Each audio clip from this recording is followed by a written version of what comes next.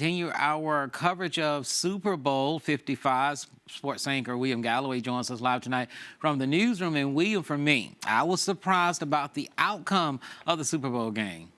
Yeah, Jabari, it really was one-sided. When you think about the Super Bowl, you think about the commercials, the fun, and of course when the game comes around, it's always good and down to the wire. But this year, that was not the case.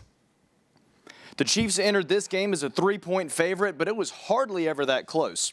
Tom Brady and the Bucs came out firing. Now, you got to remember, this is the first game an NFL team has played the Super Bowl in their home stadium, of course, Raymond James Stadium for the Bucs, and it was obvious that Brady and his guys were comfortable. They were ready to go. Tampa Bay led 21-6 at halftime. They stretched that lead to 31-9 at the end of the third quarter, and that was the final score. Bucs win Super Bowl 55, 31-9 over the Kansas City Chiefs. It's Super Bowl win number 7 for Brady and number 2 for the Buccaneers program. Additionally, not a bad day at all for Tampa Bay head coach Bruce Arians. He becomes the oldest head coach to ever win a Super Bowl. Now, I'll have more coming up on this game with full highlights and a recap coming up later in sports. Live in the newsroom, William Galloway, WVUA 23 Sports.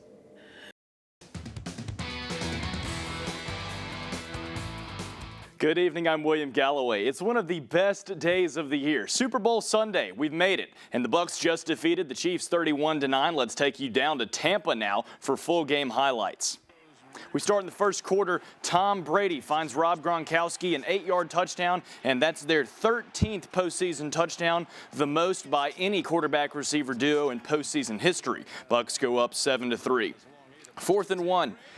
Oh, excuse me, we're jumping ahead of ourselves here. That is a pass to Mike Evans. He gets a 31-yard pickup, and that sets up a 4th and 1. It's a push, and a push, but no good. It would be reviewed, and you see right there the Chiefs hold them on a goal line stand. So now Brady, play action, plenty of time, and he finds Gronk in the end zone. That is the second touchdown connection for the two. That one was in the second quarter, and the Bucs extend their lead.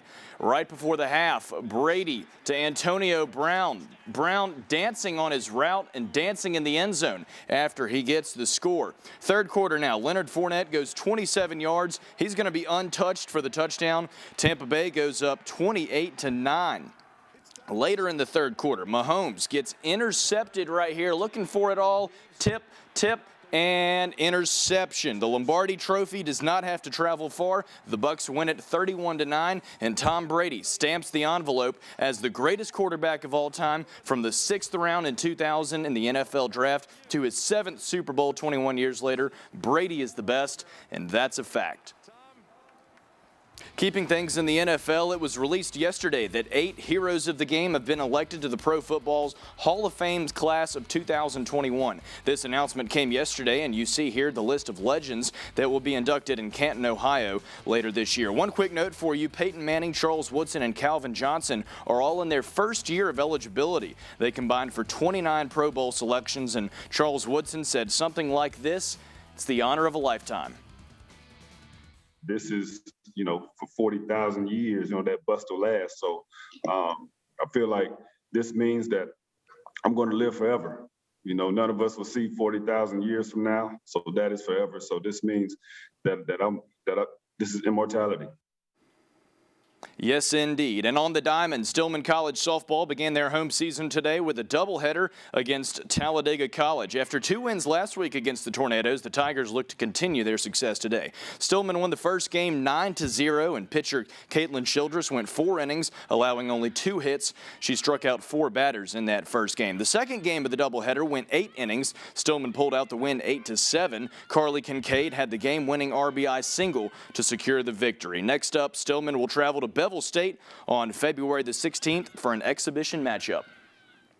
Yesterday, the Alabama men's basketball team dropped its first conference game of the year at Missouri. The Tigers beat the Crimson Tide 68-65, and as one former Alabama basketball coach likes to say, it was a tale of 2 halves. Bama was down by 16 at halftime before storming back to cut the Tigers' lead to 1 late in the game. Head coach Nate Oates says the effort displayed in the second half is what he needs from his guys moving forward into the rest of the season.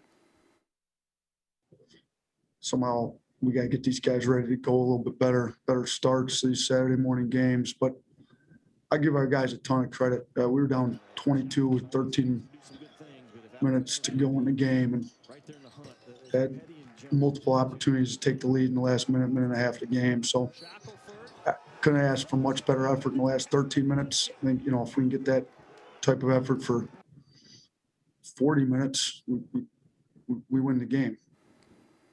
Yesterday, the Northridge girls won the 6A Indoor Track and Field State Championship. The Jaguars were consistent across the board, taking home first place in shot put, long jump, and 60-meter hurdles, and also they got second place in the pole vault and the 60-meter dash. Their win is the first title since back-to-back wins in 2004 and 2005. Congratulations, ladies.